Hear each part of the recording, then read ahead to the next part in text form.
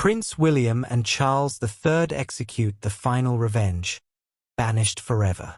Prince Andrew reaches 65 in a very different context from what used to surround his birthdays in the past.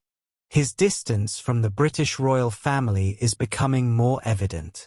Moreover, his public image continues to deteriorate due to the constant scandals that have tainted his career in recent years. Since Charles III assumed the throne, his brother's position within the monarchy has weakened significantly. The Duke of York's involvement in the Jeffrey Epstein case led to a series of measures that distanced him from his official responsibilities. The prince lost privileges and was relegated to the sidelines of the institution. Despite the king's attempts to have him leave Royal Lodge, Andrew continues to reside in the luxurious property located in Windsor. Hello viewers, please remember to subscribe and click on the notifications bell icon, so you will be notified whenever we upload new cookies about the British royal family. He is expected to celebrate his anniversary there in a private gathering, away from public scrutiny and with a very small circle of close friends. The controversies surrounding Prince Andrew have not ceased. In December, his name reappeared in the headlines due to his alleged closeness with Yang Tanghua, a Chinese businessman accused of being linked to a spy network. Although Tanghua himself denied these accusations, the scandal reinforced the Duke of York's image as a figure involved in compromising situations.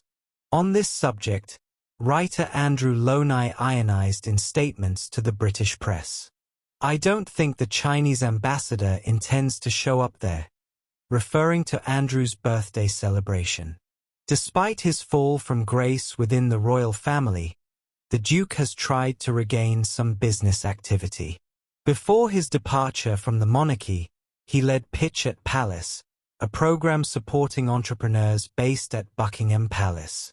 Although the project was dissolved in 2020, recent reports indicate that he might be organizing new events in Japan with a similar initiative. Amid this complex landscape, Prince Andrew has had the unwavering support of his daughters, Princess Beatrice and Princess Eugenie. Both have made constant visits to Royal Lodge, organizing in shifts to see their father with the intention of cheering him up. Princess Beatrice and Princess Eugenie have been taking turns spending weekends with their father, bringing their children to lift his spirits, they assured.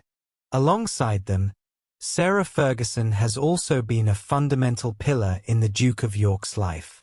Despite having divorced years ago, the Duchess of York has remained by his side, supporting him in the most difficult moments. She remains his greatest ally against the growing isolation he faces within the monarchy. With his 65th birthday, Prince Andrew faces a completely different reality from previous years. Far from public life and with his image increasingly deteriorated, his future within the British royal family remains uncertain. Prince William and Kate Middleton are being clear with King Charles about what they want. The key word for Prince William and Kate Middleton is balancing. Prince William and Kate Middleton have been clear with King Charles III. The Prince and Princess of Wales have, according to a royal author, told the king exactly what they want when it comes to royal duties and raising a family.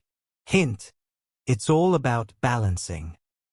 Life is a balancing act for the Prince and Princess of Wales, and they've made that clear to King Charles III.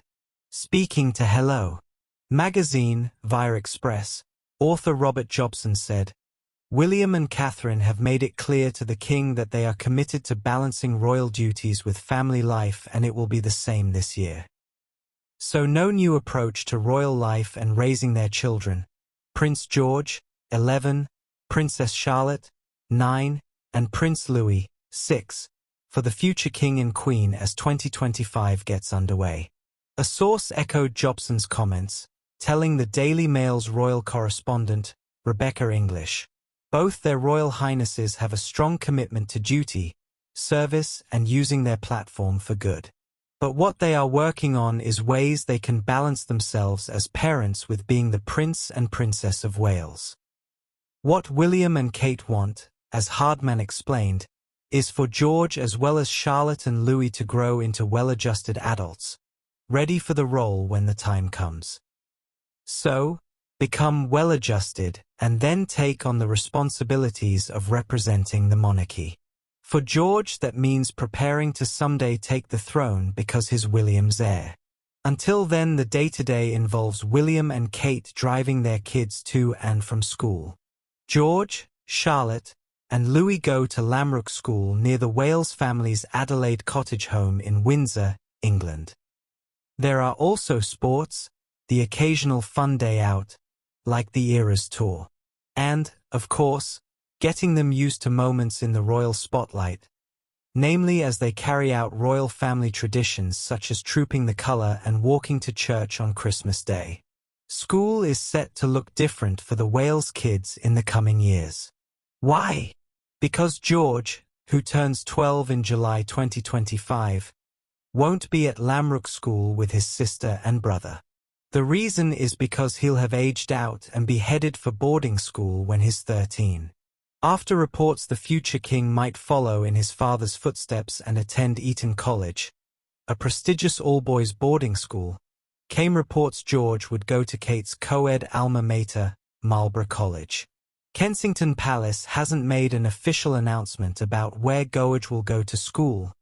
However, royal expert Jenny Bond told OK Magazine, via the Mirror, William and Kate have probably already decided. It's a big year for George, she said. I imagine the decision about where he goes next has been pretty much sealed by now. Her guess? Wellington College, an ideal choice for George and someday Charlotte and Louis. It's only half an hour from Windsor. The pupils can board, full-time or weekly, or be day students, she said.